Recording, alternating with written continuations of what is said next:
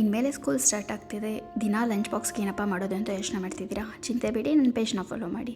ಬನ್ನಿ, ಇವತ್ತು ನಾನು ಮೆಂತ್ಯ ಬಾತ್ ಮಾಡೋದು ಹೇಳ್ಕೊಡ್ತಾ ಇದ್ದೀನಿ.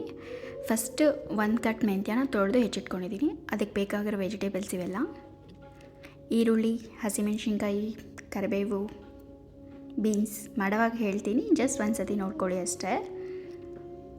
ಶುಂಠಿ ಬೆಳ್ಳುಳ್ಳಿ ಪೇಸ್ಟ್, ಟೊಮೆಟೊ ಇದೆಲ್ಲ ಬೇಕಾಗುತ್ತೆ. ಒಂದು ಕುಕ್ಕರ್ಗೆ ಫಸ್ಟ್ ಎಣ್ಣೆ ಹಾಕ್ಕೊಳ್ಳಿ.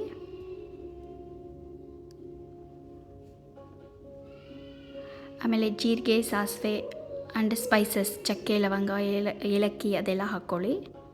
ಹಾಕ್ಕೊಂಡು ಹಸಿಮೆಣ್ಸಿನ್ಕಾಯಿ ಮತ್ತು ಕರಿಬೇವು ಇದು ಹಾಕ್ಕೊಂಡು ಫ್ರೈ ಮಾಡ್ಕೊಳ್ಳಿ.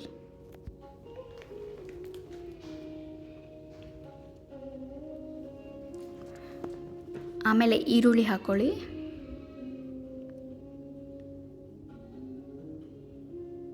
ಈರುಳ್ಳಿ ಕೂಡ ಒಂದು ಸ್ವಲ್ಪ ಫ್ರೈ ಆಗಬೇಕು. ಯಾರೆಲ್ಲ ಮಕ್ಕಳು ಸೊಪ್ಪು ತರಕಾರಿ ತಿನ್ನಲ್ಲ ಅಂತಾರೋ ಅವ್ರಿಗೆ ಈ ರೀತಿ ಮಾಡಿಕೊಟ್ರೆ ತಿಂತಾರೆ.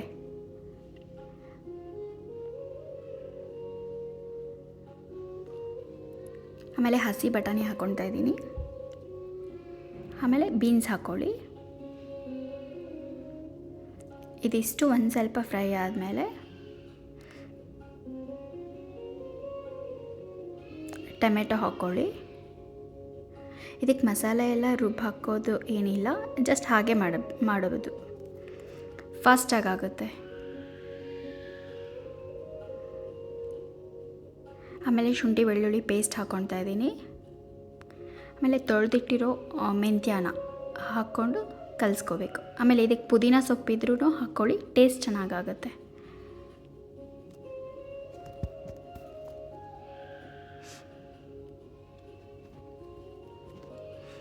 ಒಂದು 2 ಸ್ಪೂನಷ್ಟು ಮೊಸರು ಹಾಕ್ಕೊಂಡೆ. ಈಗ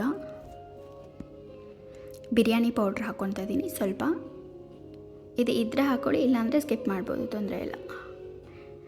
ಆಮೇಲೆ 2 ಕಪ್ಪಷ್ಟು ತೊಳೆದಿಟ್ಟಿರೋ ಅಕ್ಕಿನ ಹಾಕ್ಕೊತಾ ಇದ್ದೀನಿ.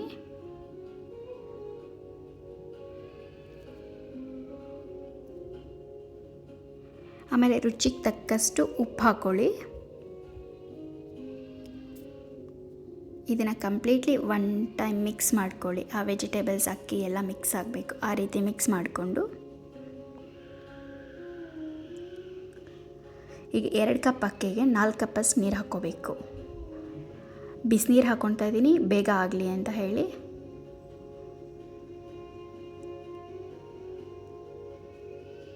ಆಮೇಲೆ ಲಾಸ್ಟಲ್ಲಿ 1 ಸ್ಪೂನಷ್ಟು ತುಪ್ಪ ಹಾಕ್ಕೊಂಡು ಕೊತ್ತಂಬರಿ ಸೊಪ್ಪು ಹಾಕ್ಕೊಂಡು ಲಿಡ್ನ ಕ್ಲೋಸ್ ಮಾಡಿಡಿ. ಒಂದು 2 ರಿಂದ 3 ವಿಷಲ್ ಆದರೆ ಮೆಂತ್ಯ ಬಾತ್ ರೆಡಿ ಆಗುತ್ತೆ.